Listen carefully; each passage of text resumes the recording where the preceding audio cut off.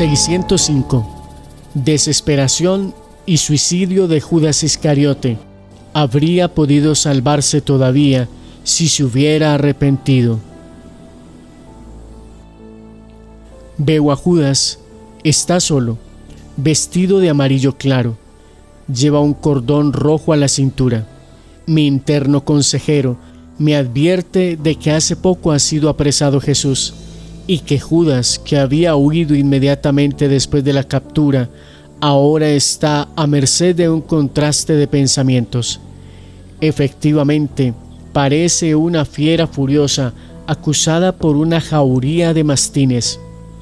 Un leve soplo del viento entre las frondas o el rumor de alguna cosa en las calles, el hilo de una fuentecilla le hacen sobresaltarse y volverse con sospecha y terror, como si se sintiera alcanzado por un verdugo. Tuerce la cabeza yendo cabizbajo, encogido el cuello, tuerce los ojos como quien quisiera ver y tuviera miedo de ver. Y si un juego de luz lunar crea una sombra de apariencia humana, sus ojos se abren como platos, da un salto hacia atrás, se pone más pálido de lo que por sí ya está, se detiene un instante para oír luego precipitadamente, volviendo sobre sus pasos, se escurre entre otras callejuelas, hasta que otro ruido u otro juego de luz le hace detenerse y huir en otra dirección. Con este paso suyo de demente, va hacia el interior de la ciudad, pero el clamor del pueblo le advierte de que está cerca de la casa de Caifás. Entonces, llevándose las manos a la cabeza y agachándose como si esos gritos fueran piedras lanzadas contra él, huye y huye. Y huyendo toma una callejuela que lo lleva directamente hacia la casa donde ha tenido lugar la cena. Se da cuenta, cuando está delante de ella, por una fuente que en ese lugar de la calle libera un hilo de agua. El llanto del agua que gotea y cae en la pequeña pila de piedra y un leve silbido del viento que, introduciéndose por la estrecha calle, forma como un reprimido lamento. Deben de parecerle el llanto del traicionero y el lamento del torturado. Se tapa los oídos para no oír y se aleja cerrando los ojos para no ver esa puerta por la que pocas horas antes ha pasado con el maestro y por la que ha salido para ir por los soldados que lo apresaran.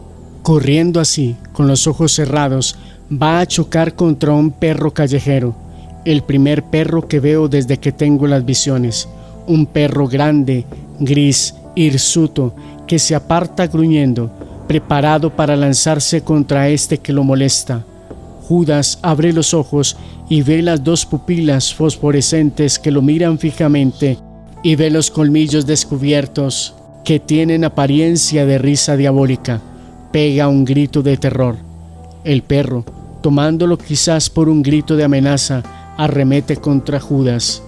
Los dos ruedan entre el polvo, Judas debajo paralizado por el miedo, el perro encima. Cuando el animal deja a su presa, juzgada quizá indigna de una lucha, Judas sangra a causa de 2 o 3 mordiscos y su manto presenta algunos grandes desgarrones.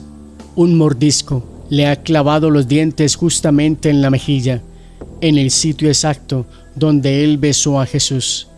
La mejilla sangra, y la sangre ensucia el cuello de la túnica amarillenta de Judas, empapando el cordón rojo que cierra su túnica por el cuello y haciéndolo más rojo aún.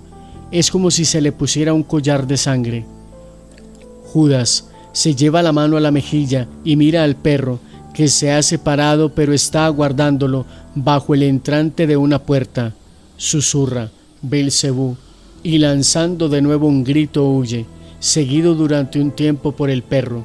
Huye hasta el puentecillo de cerca del Getsemaní. Ahí, o porque esté cansado de seguirle, o porque tenga hidrofobia y el agua lo aleje, el perro deja su presa y se vuelve gruñendo. Judas, que se había metido en el torrente para tomar piedras y lanzárselas al perro, cuando ve que se aleja, mira a su alrededor, se ve con el agua hasta la mitad de las pantorrillas, sin preocuparse de la túnica cada vez más mojada, Se agacha hacia el agua y bebe como padeciendo ardor febril, y se lava la mejilla que sangra y debe dolerle. Bajo la luz de un primer claror del alba, remonta el guijarral. Por la otra parte, como si tuviera todavía miedo del perro y no se atreviera a volver hacia la ciudad, recorre algunos metros, se ve a la entrada del huerto de los olivos, grita «¡No! ¡No!» al reconocer el lugar, pero luego, no sé por qué fuerza irresistible o por qué sadismo satánico y criminal, avanza por ese lugar. Busca el sitio donde se ha producido la captura, la tierra del sendero, revuelta por muchas pisadas, la hierba pisoteada en un determinado lugar, sangre en el suelo, quizás la de Malco. Le señalan que allí ha identificado al inocente ante los verdugos. Mira, mira, luego emite un grito ronco y da un salto hacia atrás. Grita, ¡esa sangre! ¡Esa sangre! Y la señala. ¿A quién? Con el brazo extendido, apuntando con el índice. Bajo la luz que va aumentando, su cara aparece térrea y espectral. Parece un loco. Se le salen los ojos de las órbitas, unos ojos brillantes como por delirio, el pelo desordenado por la carrera y el terror. Parece hirsuto, la mejilla, que se va hinchando, desvía su boca dándole expresión sardónica, la túnica desgarrada, ensangrentada, mojada, lodosa, por la tierra que se ha pegado a la humedad y se ha transformado en barro, le hace parecer un mendigo. El manto, también hecho jirones y lodoso, le pende de un hombro como un trapo, en el que se enreda cuando aún gritando ¡esa sangre! ¡Esa sangre!, retrocede como si esa sangre se hiciera un mar que sube y sumerge. Judas cae hacia atrás, se hiere la cabeza, detrás con una piedra, emite un gemido de dolor y miedo. ¿Quién es?, grita. Debe haber pensado que alguien le ha hecho caer para agredirle. Se vuelve aterrorizado. Nadie se levanta.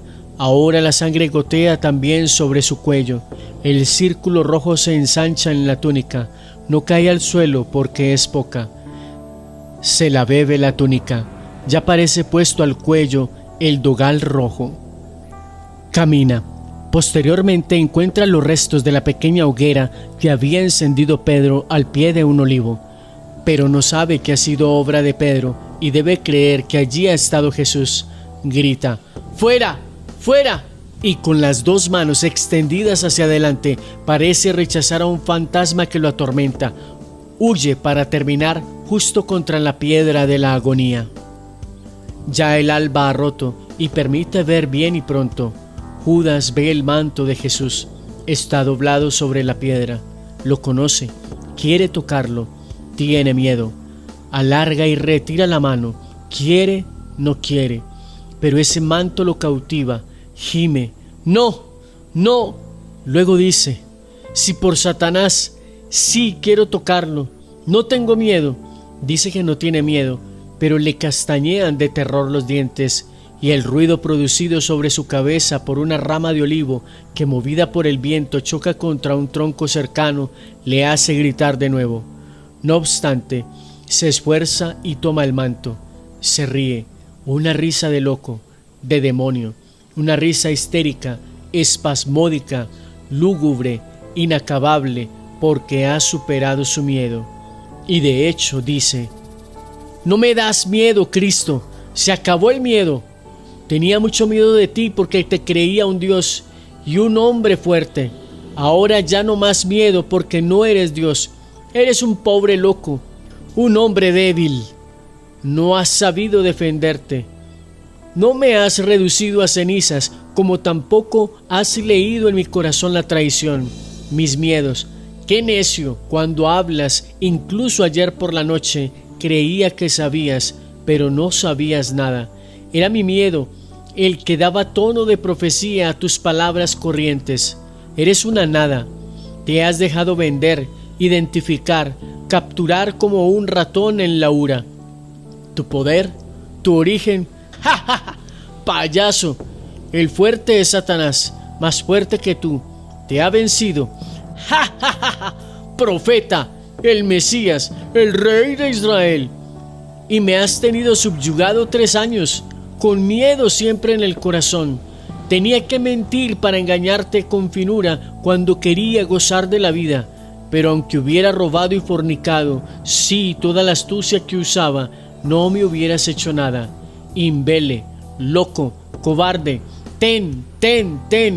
Mi error ha sido no hacer contigo lo que hago con tu manto, para vengarme el tiempo en que me has tenido esclavo del miedo a un conejo. Ten.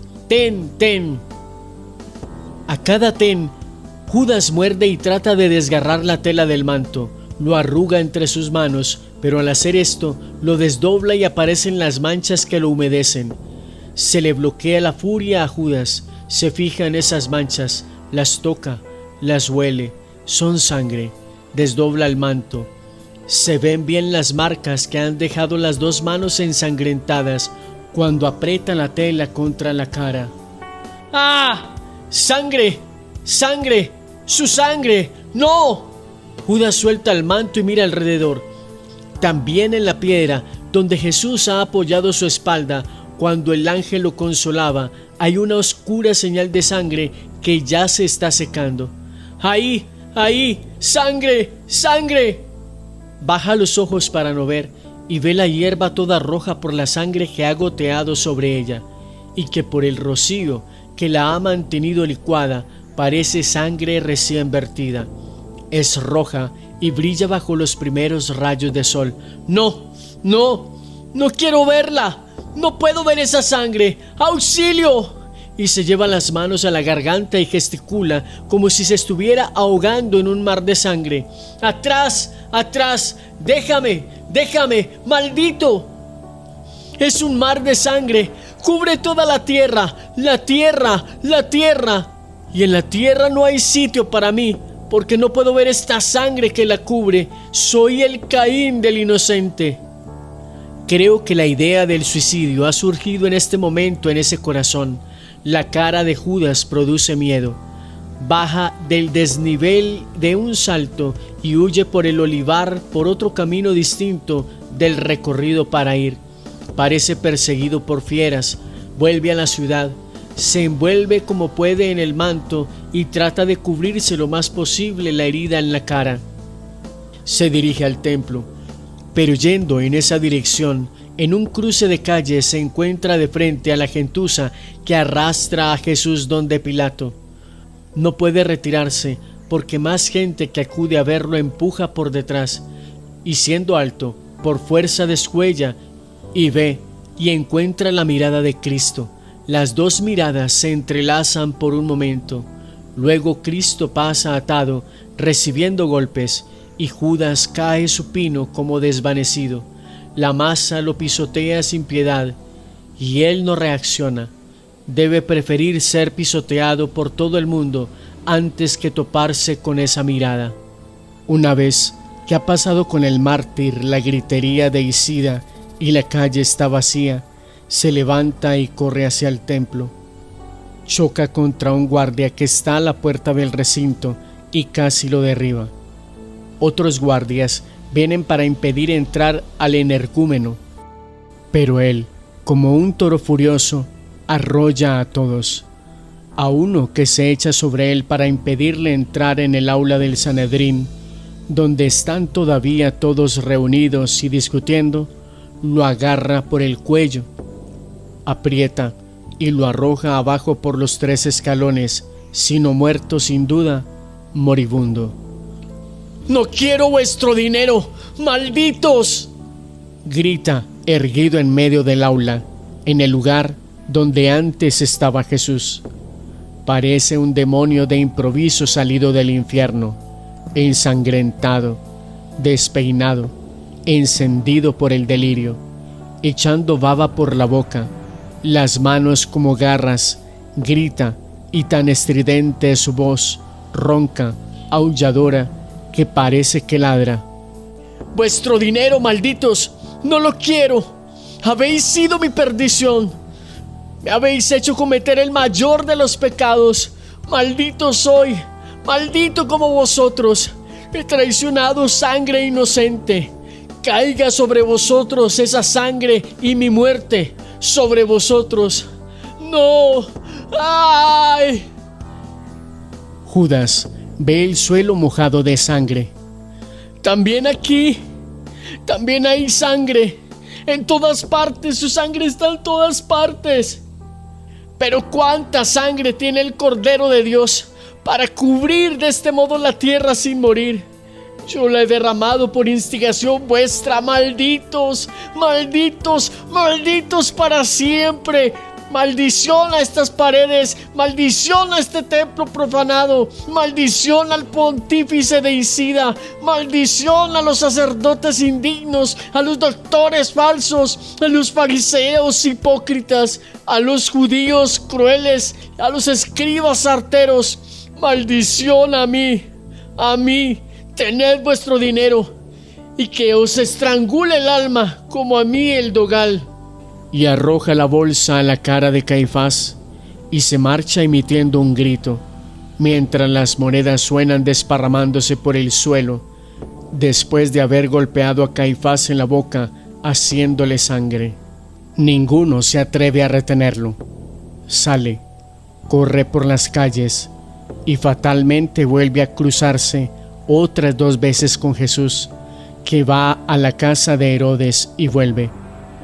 Abandona el centro de la ciudad, entrando al azar por las callejuelas más míseras, y otra vez acaba en la casa del cenáculo, que está toda cerrada, como abandonada. Se para, la mira. La madre, susurra, la madre. Se queda pensativo. Yo también tengo una madre, y le he matado un hijo a una madre. No obstante, quiero entrar, volver a esa habitación. Allí no hay sangre. Llama con un golpe en la puerta. Otro golpe. Otro. La dueña de la casa va a abrir y entreabre la puerta. Una rendija, al ver a ese hombre desfigurado e irreconocible, lanza un grito y trata de cerrar de nuevo la puerta, pero Judas, empujando bruscamente con el hombro, la abre de par en par y arrollando a la mujer aterrada pasa adentro. Corre hacia la puertecita que da acceso al cenáculo, la abre, entra. Un bonito sol entra por las ventanas completamente abiertas. Judas suelta un respiro de alivio, entra en la sala. Aquí todo está en calma y silencioso. Las piezas de la vajilla siguen tal como las dejaron. Se comprende que hasta ahora nadie se ha ocupado de ello. Se podría pensar que vayan a sentarse personas a la mesa. A esta se acerca Judas. Mira si hay vino en las ánforas. Lo hay. Bebe ávidamente directa del ánfora, levantada con las 2 manos. Luego se deja caer sentado. Apoya la cabeza sobre los brazos cruzados encima de la mesa. No se da cuenta de que se ha sentado justo en el sitio de Jesús y que tiene delante el cáliz usado para la Eucaristía. Está inmóvil un rato, hasta que el jadeo de esta gran carrera se calma. Luego levanta la cabeza, ve el cáliz y reconoce dónde se ha sentado. Se levanta como poseído, pero el cáliz lo cautiva. Un poco de vino rojo hay todavía en el fondo, y el sol, hiriendo el metal, parece plata, enciende ese líquido. ¡Sangre! ¡Sangre! ¡Aquí también! ¡Su sangre! ¡Su sangre! Haced esto en memoria mía. Tomad y bebed. Esta es mi sangre, la sangre del Nuevo Testamento que será derramada por vosotros. ¡Ay! ¡Maldición a mí! Para mí ya no puede ser derramada por remisión de mi pecado. No pido perdón, porque Él no puede perdonarme. Fuera, fuera. No existe ya un lugar donde el Caín de Dios pueda conocer la paz. La muerte, la muerte. Sale. Se encuentra a María enfrente, en pie, en la puerta de la habitación donde Jesús la ha dejado. Ella, al oír un ruido, se ha asomado, quizá esperando ver a Juan, que falta desde hace muchas horas. Está pálida, como una desangrada. Sus ojos, por el dolor, son todavía más parecidos a los de su hijo. Judas se encuentra con esa mirada que lo mira con la misma afligida y consciente cognición con que Jesús lo ha mirado en la calle. Y con un «oh» cargado de miedo, se pega a la pared. «Judas», dice María, «Judas, ¿qué has venido a hacer?». Las mismas palabras de Jesús, y dichas con amor doloroso. Judas las recuerda y grita. «Judas», repite María, «¿qué es lo que has hecho? ¿A tanto amor has correspondido traicionando?». La voz de María es caricia trémula. Judas hace ademán de huir. María lo llama con una voz que hubiera debido convertir a un demonio. «Judas, Judas, detente, detente, escucha, te lo digo en su nombre, arrepiéntete, Judas, Él perdona». Judas ya ha huido. La voz de María, su aspecto, han sido el golpe de gracia, es decir, de desgracia, porque él la resiste. Va a todo correr, se topa con Juan, que viene raudo hacia la casa a recoger a María. La sentencia está pronunciada. Jesús va a salir para el Calvario. Es hora de llevar a la madre donde está el Hijo. Juan reconoce a Judas, a pesar de que quede bien poco del bien parecido Judas de poco tiempo antes. «¿Tú aquí?», le dice Juan con visible repulsa. «¿Tú aquí, maldito seas, asesino del Hijo de Dios? El Maestro ha sido condenado. Alégrate si puedes, pero deja libre el camino, que voy a recoger a la madre. Que ella, tu otra víctima, no te vea, reptil». Judas huye. Lleva envuelta la cabeza en los harapos del manto. Ha dejado solo una abertura para los ojos. La gente, la poca gente que no ha ido hacia el pretorio, se aparta como si viera un loco, y es lo que parece. Vaga por los campos. El viento, de vez en cuando, trae el eco del clamor de la turba, que sigue imprecando contra Jesús. Y Judas, cada vez que este eco le llega, lanza un grito parecido al aullido de un chacal. Creo que realmente ha enloquecido, porque va rítmicamente golpeando la cabeza contra los muretes de piedra. O es que está hidrófobo, porque cuando ve un líquido cualquiera, agua, leche que lleva un niño en un recipiente, o el aceite resuma en un odre, emite un chillido y grita: «¡Sangre! ¡Sangre! ¡Su sangre!». Quisiera beber en los regatos y en las fuentes. No puede porque el agua le parece sangre, y lo dice: «¡Es sangre! ¡Es sangre! ¡Me ahoga! ¡Me quema! Llevo fuego dentro. Su sangre, la que me ha dado ayer, se ha transformado en fuego dentro de mí. ¡Maldición a mí y a ti!». Sube y baja por las lomas que rodean Jerusalén, y su mirada, sin que pueda evitarlo, se le va hacia el Gólgota. 2 veces ve la fila que serpea por la subida, mira y grita.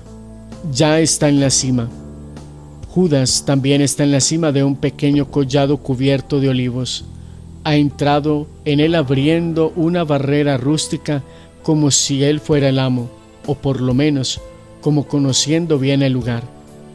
Bueno, tengo la impresión de que Judas no tenía mucho respeto por la propiedad ajena. Erguido debajo de un olivo que está en el límite de un ribazo, mira hacia el Gólgota. Ve que levantan las cruces y comprende que Jesús ha sido crucificado. No puede ver ni oír, pero el delirio o un maleficio de Satanás le hacen ver y oír como si estuviera en la cima del Calvario. Mira como alucinado. gesticula violentamente. No, no, no me mires, no me hables, no lo soporto.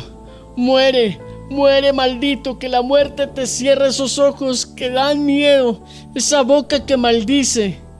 Pero también te maldigo, porque no me has salvado. La cara está tan desfigurada que ya uno no puede mirarla. 2 hilos de baba cuelgan de la boca, de esa boca que grita. La mejilla mordida está amortada e hinchada, de forma que la cara se ve deformada. El pelo apelmazado, la barba muy oscura, que ha crecido. Los carrillos durante esas horas dibuja en el mentón una mordaza lúgubre, y los ojos giran, se mueven espasmódicos, tienen fosforescencia como un verdadero demonio. Arranca de su cintura el cordón de ruda lana roja que le ciñe con 3 vueltas. Prueba su solidez enroscándolo en torno a un olivo y tirando con fuerza de él.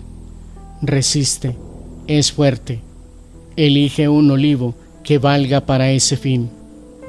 Bien, este es adecuado, este de copa enmarañada que sobresale del límite del ribazo.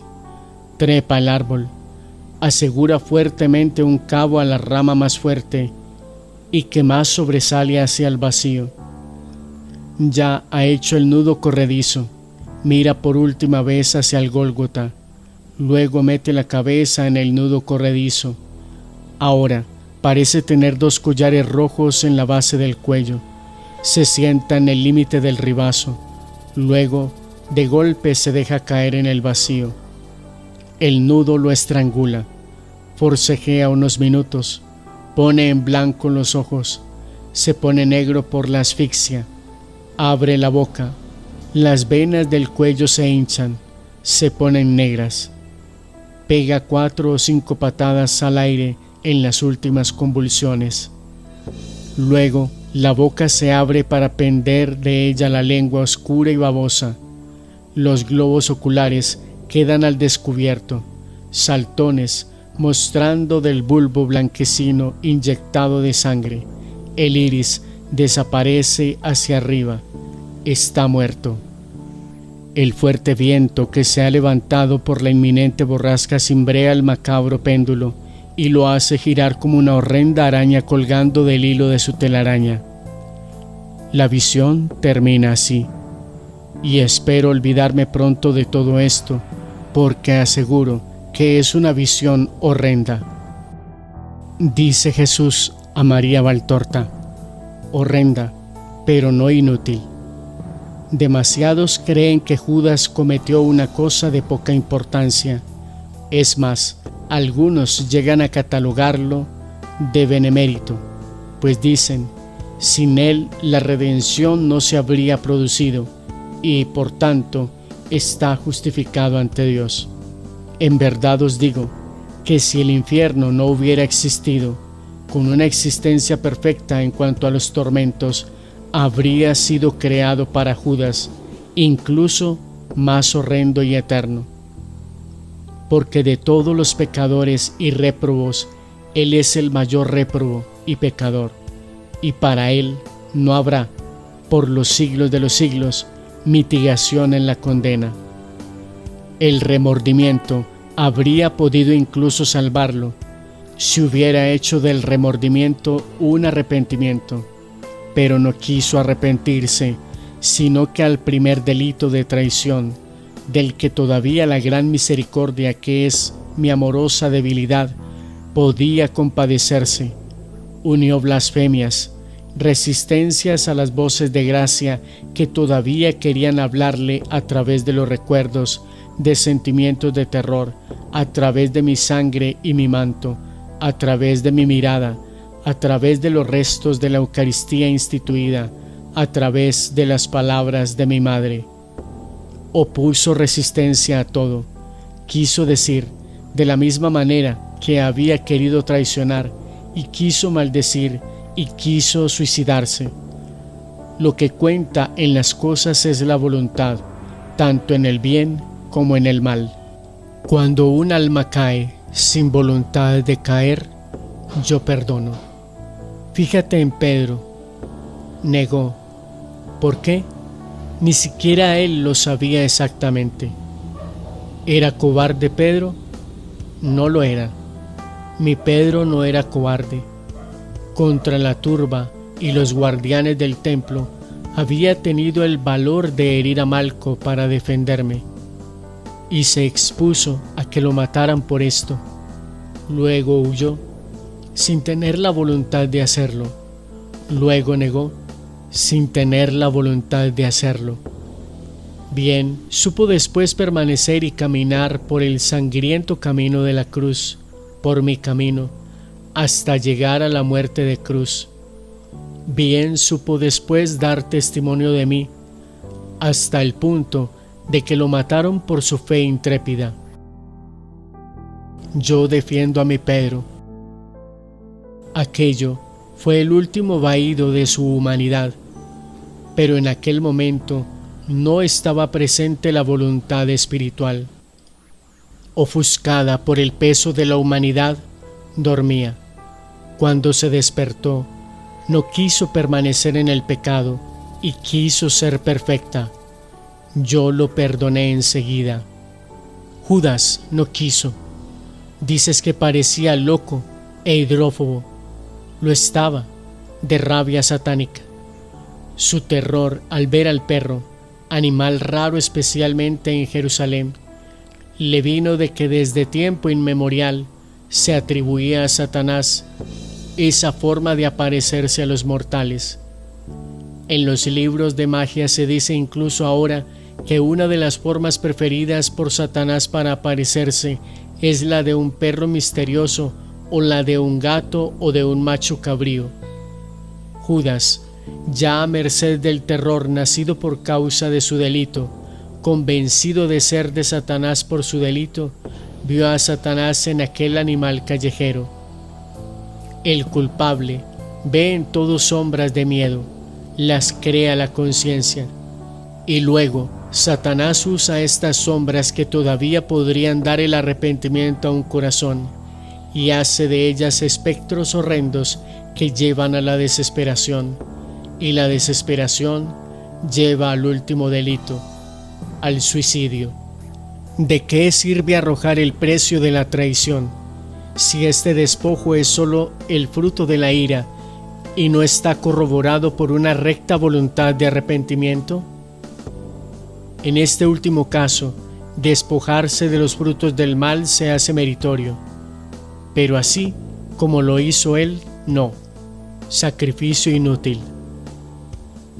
Mi madre, y era la gracia la que hablaba y mi tesorera la que ofrecía perdón en mi nombre, se lo dijo: arrepiéntete, Judas, él perdona.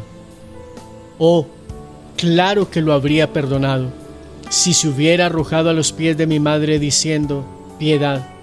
Ella, la compasiva, lo habría recogido como a un herido, y en las heridas satánicas de Judas, por las cuales el enemigo le había inoculado el delito, habría derramado su llanto salvífico, y me lo habría traído a los pies de la cruz, de la mano, para que Satanás no pudiera aferrarlo ni los discípulos atacarle. Me lo habría traído para que mi sangre cayera antes que sobre otros, sobre él, el mayor de los pecadores.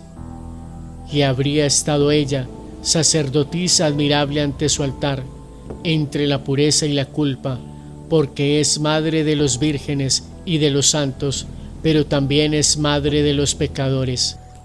Pero él no quiso. Meditad sobre el poder de la voluntad, de la cual sois árbitros absolutos. Por ella podéis recibir el cielo o el infierno. Meditad sobre lo que quiere decir persistir en la culpa. El crucificado, aquel que está con los brazos abiertos y clavados para deciros que os ama, y que no quiere, no puede castigaros porque os ama, prefiere negarse el poder abrazaros, único dolor de su estar clavado, antes que tener la libertad de castigaros. ese crucificado que es objeto de divina esperanza para quienes se arrepienten y quieren liberarse del pecado, se transforma para los impenitentes en objeto de un horror tal que los hace blasfemar y usar la violencia contra sí mismos. Son estos verdugos de su propio espíritu y cuerpo por su persistencia en el pecado. Y el aspecto del manso, que se dejó inmolar con la esperanza de salvarlos, asume la apariencia de un espectro de horror. María, te has quejado de esta visión, pero es el viernes de pasión, hija. Debes sufrir. A los sufrimientos por mis sufrimientos y los de María, debes unir los tuyos por la amargura de ver a los pecadores seguir siendo pecadores. Ha sido este un sufrimiento nuestro, debe ser lo tuyo.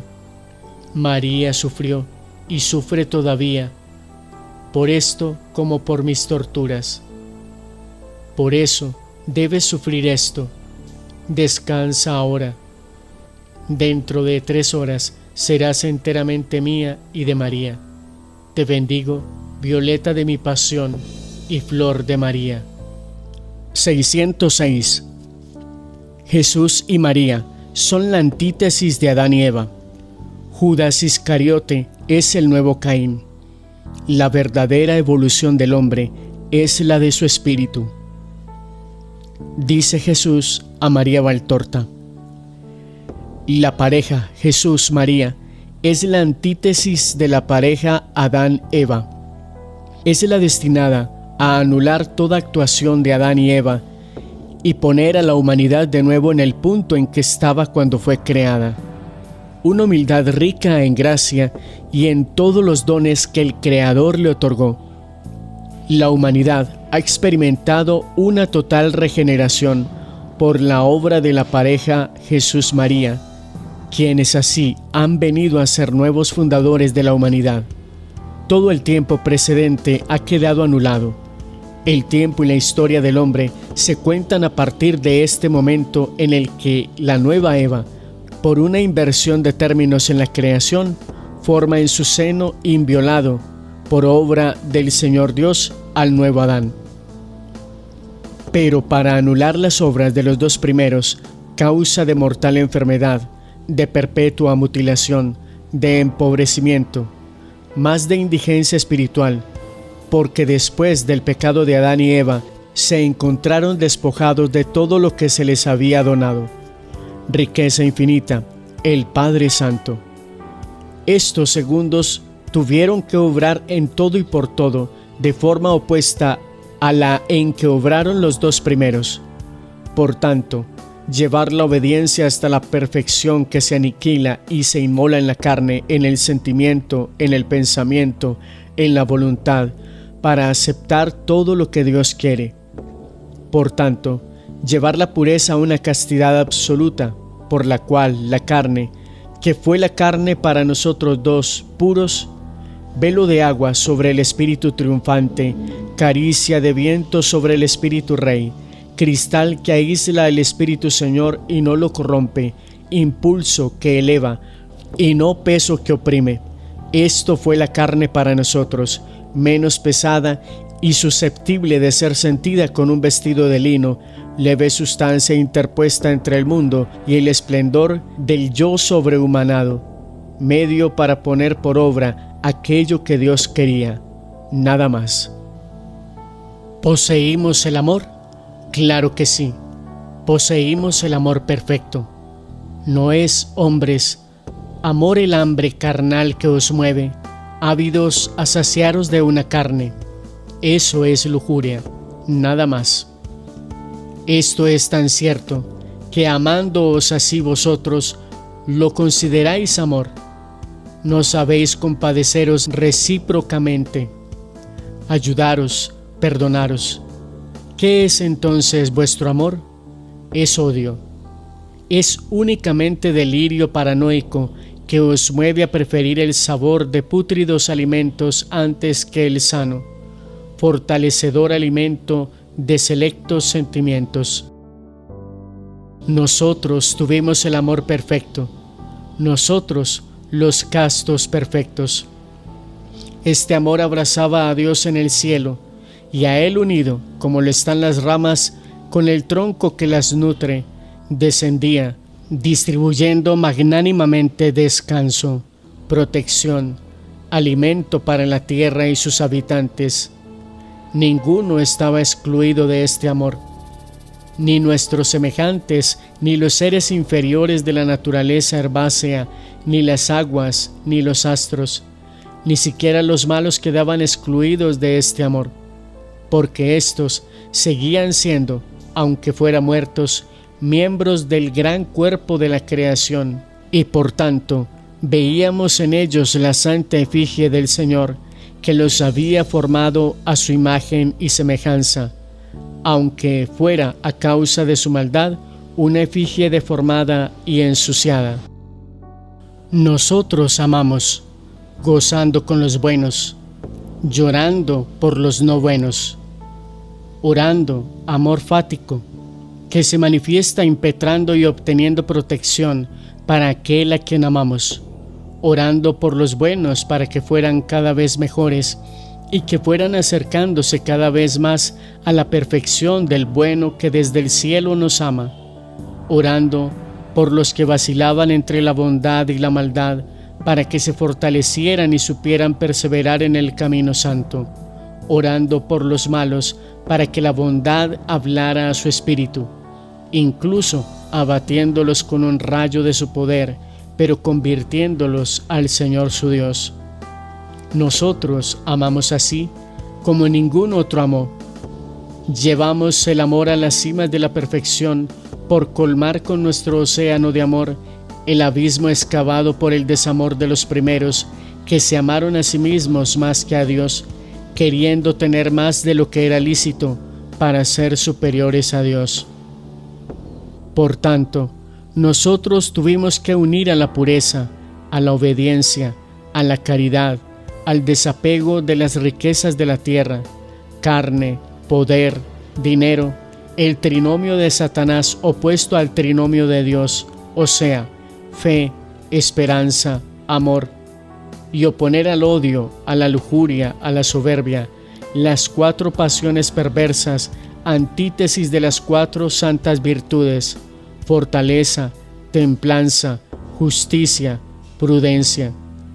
Tuvimos que unir y oponer una constante práctica de todo lo que se oponía al modo de actuar de la pareja Adán-Eva. Y si mucho nos resultó, por nuestra buena voluntad sin límites, incluso fácil, solo el Eterno sabe cuán heroico nos resultó esta práctica en ciertos momentos y en ciertos casos. Aquí solo quiero hablar de uno de estos momentos, y de mi madre, no mío, de la nueva Eva, la cual ya había rechazado desde sus más tiernos años las lisonjas usadas por Satanás para seducirla a morder el fruto y probar aquel sabor que había desquiciado a la compañera de Adán.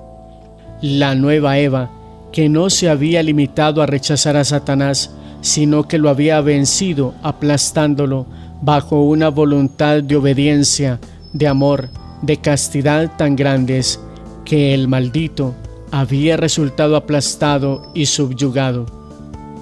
No, ciertamente Satanás no puede alzarse por debajo del calcañar de mi madre virgen. Suelta baba y arroja espuma, ruge y blasfema.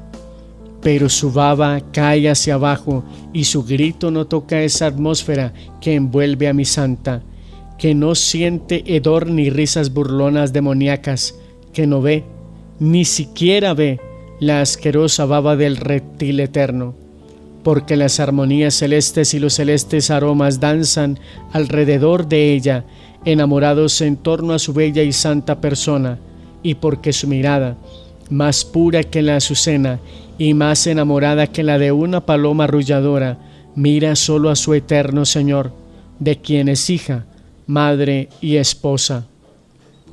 Cuando Caín mató a Abel, la boca de su madre profirió las maldiciones que su espíritu, separado de Dios, le sugería contra su prójimo más íntimo, el hijo de sus entrañas, profanadas por Satanás y embrutecidas por el intemperado deseo. Y esa maldición fue la mancha en el reino de lo moral humano, de la misma forma que el delito de Caín fue la mancha en el reino de lo animal humano.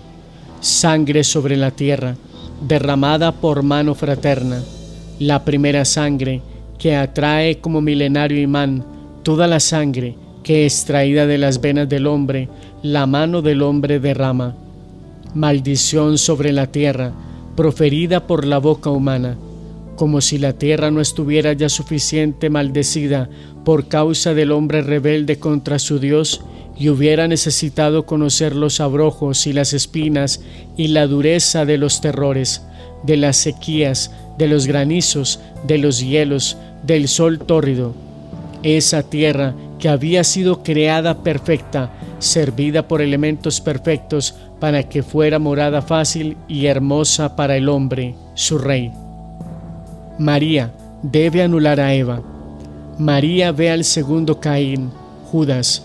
María sabe que es el Caín de su Jesús, del segundo Abel.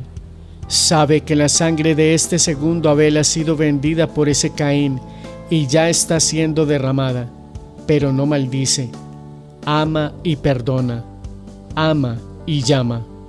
Oh maternidad de María mártir, maternidad tan sublime como esa maternidad tuya virginea y divina.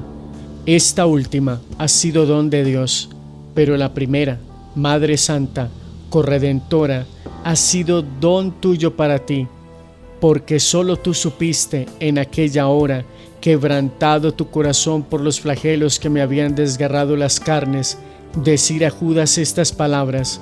Solamente tú supiste en aquella hora, mientras sentía ya la cruz partirte el corazón, amar y perdonar. María, la nueva Eva, ella os enseña la nueva religión que lleva el amor hasta el punto de perdonar a quien mata a un hijo.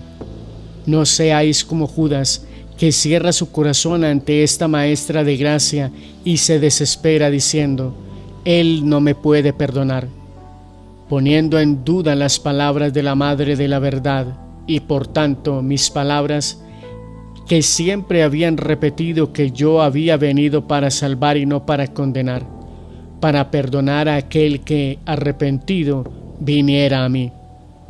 María, la nueva Eva, recibió también de Dios un nuevo hijo en vez de Abel, matado por Caín, pero no lo tuvo a través de una hora de alegría animal, adormecedora del dolor con los vapores de la sensualidad y del cansancio del contentamiento. Lo tuvo en una hora de dolor total, al pie de un patíbulo, al pie de la cruz, entre los estertores del moribundo, que era su hijo, entre los improperios de una multitud deicida y en medio de una desolación inmerecida y total, porque ya Dios tampoco la consolaba. La vida nueva empieza para la humanidad y para cada uno de los seres amados en María. En sus virtudes y en su modo de vivir está vuestra escuela, y en su dolor, que tuvo todos los aspectos, incluso el del perdón al que entregó a la muerte a su Hijo, está vuestra salvación. En el libro del Génesis se lee: Entonces Adán, siendo su mujer la madre de todos los vivientes, le puso el nombre de Eva. Oh sí, la mujer nacida de la varona que Dios había formado para que fuera compañera de Adán, sacándola de la costilla del hombre. Había nacido con su destino doloroso porque había querido nacer, porque la varona, la mujer sacada del hombre, pasó a ser Eva, la madre de todos los vivientes, como consecuencia del pecado que quiso cometer, porque había querido conocer aquello que Dios le había ocultado, reservándose la alegría de darle el gozo de la posteridad sin un desdoro sensual. La compañera de Adán quiso conocer el bien que se oculta en el mal, y sobre todo el mal que se oculta en el bien aparente. Seducida por Lucifer, tendió a conocer aquello que solo Dios podía conocer sin peligro, y se hizo creadora. Pero usando indignamente esta fuerza de bien, la había corrompido transformándola en acto malo, pues que era desobediencia a Dios y malicia y avidez de la carne. Ya era ella la madre, llanto infinito de las cosas en torno a la inocencia de su reina profanada, y llanto desolado de la reina ante esa profanación suya, cuya entidad y cuya imposible anulación comprende. Si las tinieblas y los cataclismos acompañaron la muerte del inocente, también las tinieblas y fuerte tormenta acompañaron la muerte de la inocencia y de la gracia en los corazones de los progenitores. Había nacido el dolor en la tierra, y la providencia de Dios no quiso que fuera eterno, de forma que os da, después de años de dolor, la alegría de salir del dolor para entrar en la alegría, si sabéis vivir con recto corazón. Qué desdicha para el hombre si se hubiera hecho humanamente dueño de la vida, viviendo con el recuerdo de sus delitos y con el continuo aumento de estos, pues que vivir sin pecar os es más imposible que vivir sin respirar. Oh criaturas que habéis sido creadas para conocer la luz y que por el contrario fuisteis envenenados por la tiniebla, que de sí misma os envenenó y os hizo de sí víctimas, la tiniebla. La tiniebla os insidia continuamente, os envuelve y os suscita de nuevo aquello que el sacramento había borrado. Y, dado que no le oponéis la voluntad de ser de Dios, logra envenenaros otra vez con el veneno que el bautismo había hecho inocuo. Dios Padre alejó al hombre, de cuya desobediencia los signos eran manifiestos, del lugar de las delicias paradisiacas, para que no pecase otra vez y más veces, alzando la mano ladrona hacia el árbol de la vida. El Padre ya no se podía fiar de sus hijos, ni sentirse seguro en su terrestre paraíso. Satanás había encontrado ya una vez para insidiar a sus criaturas predilectas, y si había podido inducirlos al pecado cuando eran inocentes, con mayor seguridad habría podido repetirlo ahora que ya no lo eran.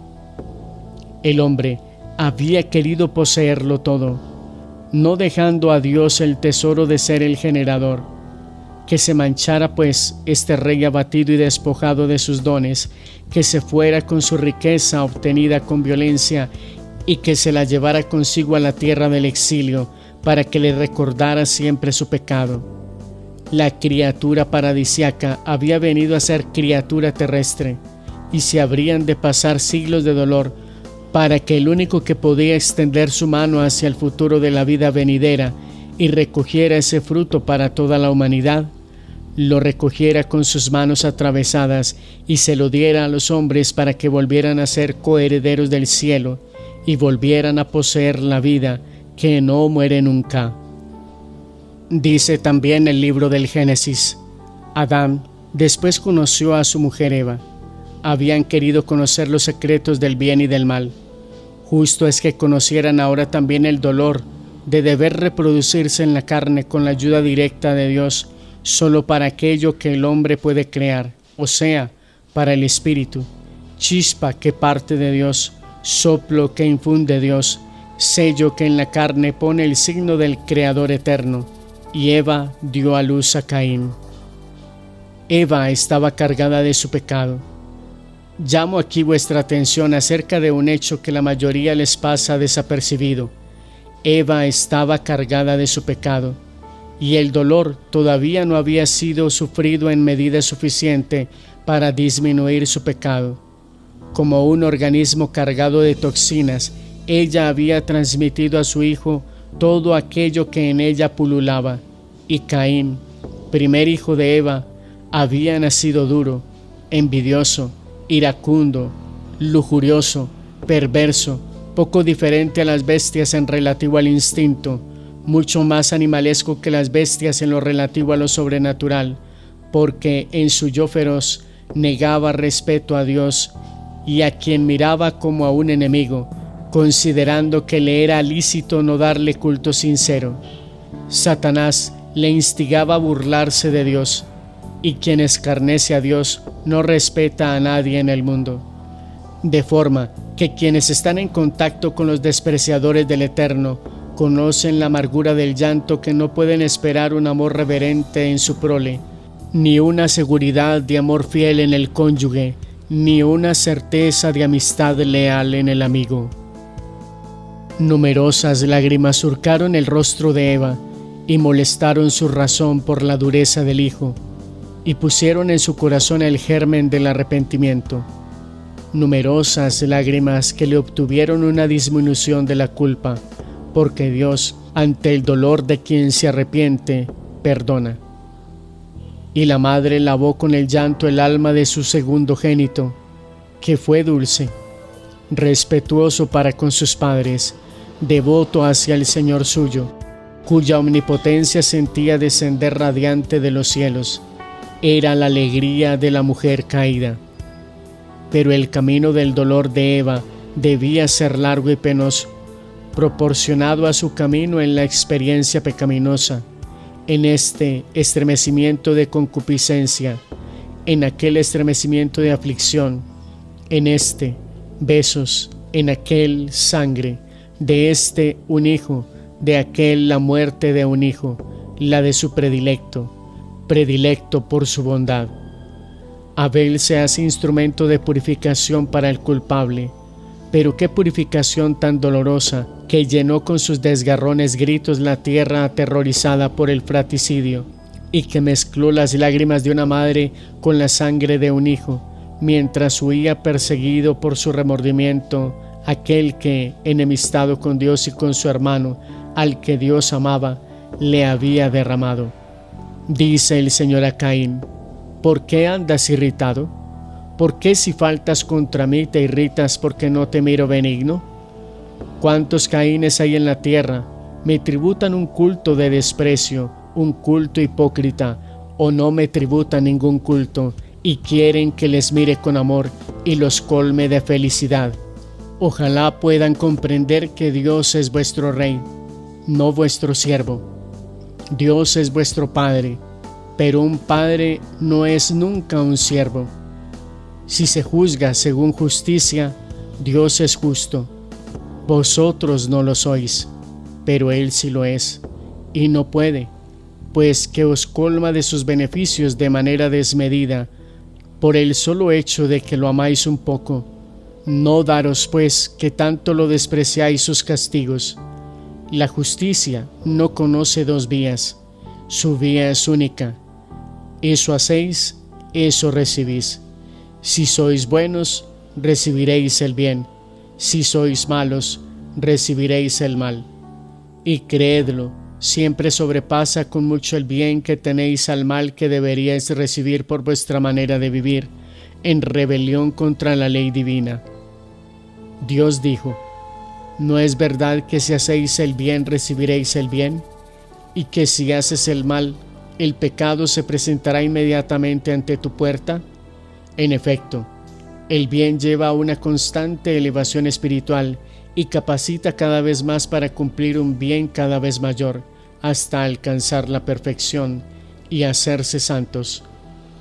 Por el contrario, basta ceder al mal para degradarse y alejarse de la perfección, y conocer la servidumbre del pecado que entra en el corazón y hace descender a éste, por grados, a una sucesiva y cada vez mayor culpabilidad.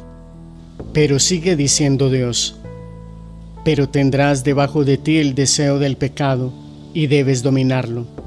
Sí, Dios no nos ha hecho esclavos del pecado. Las pasiones están debajo de vosotros, no encima de vosotros. Dios os ha dado inteligencia y fuerza para dominaros. Incluso a los primeros hombres, castigados por el rigor de Dios, les dejó Dios inteligencia y fuerza moral. Y desde que el Redentor ha consumado por vosotros el sacrificio, tienen como ayuda la inteligencia y la fuerza, los ríos de la gracia, y pueden y deben dominar el deseo del mal. Con vuestra voluntad fortalecida por la gracia, deben hacerlo. Por esto los ángeles de mi nacimiento le cantaron a la tierra: paz a los hombres de buena voluntad. Yo venía para traer de nuevo la gracia a los hombres, mediante la unión de la gracia con la buena voluntad, los hombres tendrían la paz, la gloria del cielo de Dios. Caín dijo a su hermano: vamos afuera. Una mentira que calaba bajo la sonrisa de una traición asesina. La delincuencia siempre practica la mentira respecto a sus víctimas y respecto al mundo al que trata de engañar, y quisiera engañar incluso a Dios, pero Dios lee los corazones. Vamos afuera. Muchos siglos después, uno dijo: salve maestro, y lo besó. Los dos Caínes escondieron el delito bajo una apariencia inocua y dieron rienda suelta a su envidia, a su ira, a su abusiva violencia y a todos sus malvados instintos, descargando todo ello sobre la víctima porque no se habían dominado a sí mismos. Antes bien, habían hecho esclavo su espíritu del propio yo corrompido. Eva asciende por el camino de la expiación, Caín desciende por el camino del infierno, y en éste le hunde la desesperación, que de él se apodera, y con la desesperación, último golpe mortal asestado al espíritu ya languidecente por su delito, viene el miedo físico, vil del castigo humano. El que ya no es ser que el cielo llueve en su memoria, ese hombre de alma muerta, animal, es que se estremece por la vida animal, la muerte, cuyo aspecto es sonrisa para los justos, porque por ella van a la alegría de la posesión de Dios. Terror es para quienes saben que morir quiere decir pasar para siempre del infierno del corazón al infierno de Satanás. Y como alucinados, ven por todas partes venganza ya pronta para descargarse contra ellos. Pero sabed, hablo a los justos, sabed que si el remordimiento y las tinieblas de un corazón culpable fomenten las alucinaciones del pecador, a ninguno le es lícito erigirse como juez de su hermano, y mucho menos erigirse como justiciero. Solo Dios es juez, Dios. Y si la justicia del hombre ha creado sus propios tribunales, esos tienen la misión de administrar justicia. Y hay de quienes profanen ese nombre y juzguen movidos por el estímulo pasional propio o por la presión de poderes humanos. Maldición para quien se haga justiciero privado de un semejante suyo, pero maldición aún para quien sin factores de impulsivo econo, sino movido por frío cálculo humano, consigna a sus semejantes sin justicia, a la muerte o a la deshonra de la cárcel, porque si el que mate al que mató recibirá un castigo 7 veces mayor, como dijo el Señor que sucederá al que matara a Caín, el que sin justicia condene, movido de servidumbre hacia Satanás, enmascarado en pujanza humana, recibirá 77 veces el rigor de Dios. Esto tendrán que tenerlo siempre presente, especialmente en estos tiempos, hombres que se matan unos a otros para hacer de los caídos la base de vuestro triunfo, y no saben que lo que están haciendo es excavar bajo sus propios pies la trampa donde se hundirán maldecidos por Dios y por los hombres, porque yo dije: no matarás. Eva sube por su camino de expiación. El arrepentimiento va creciendo en ella ante las pruebas de su pecado.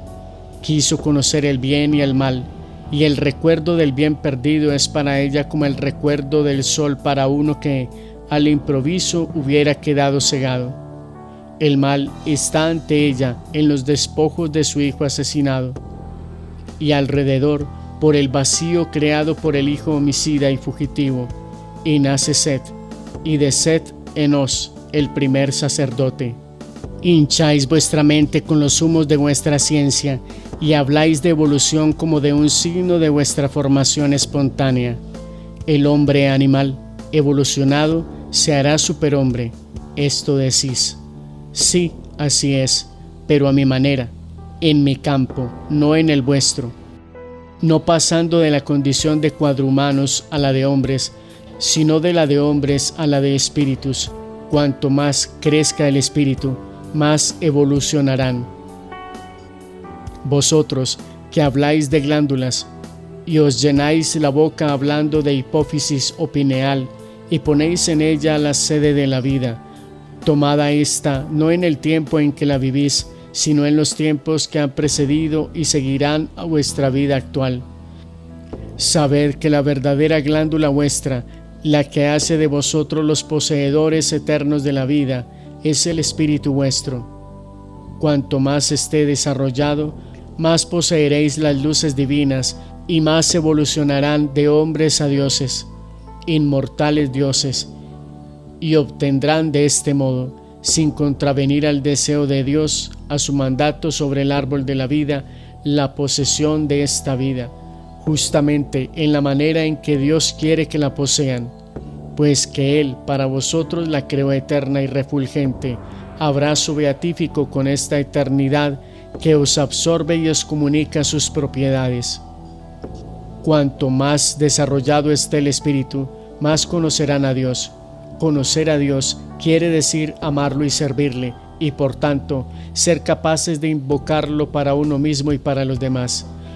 Vengan a ser pues los sacerdotes que desde la tierra oran por los hermanos, porque es sacerdote el consagrado, sí, pero también lo es el creyente convencido, amoroso, fiel, y lo es, sobre todo, es el alma víctima que por un impulso de caridad se inmola a sí misma.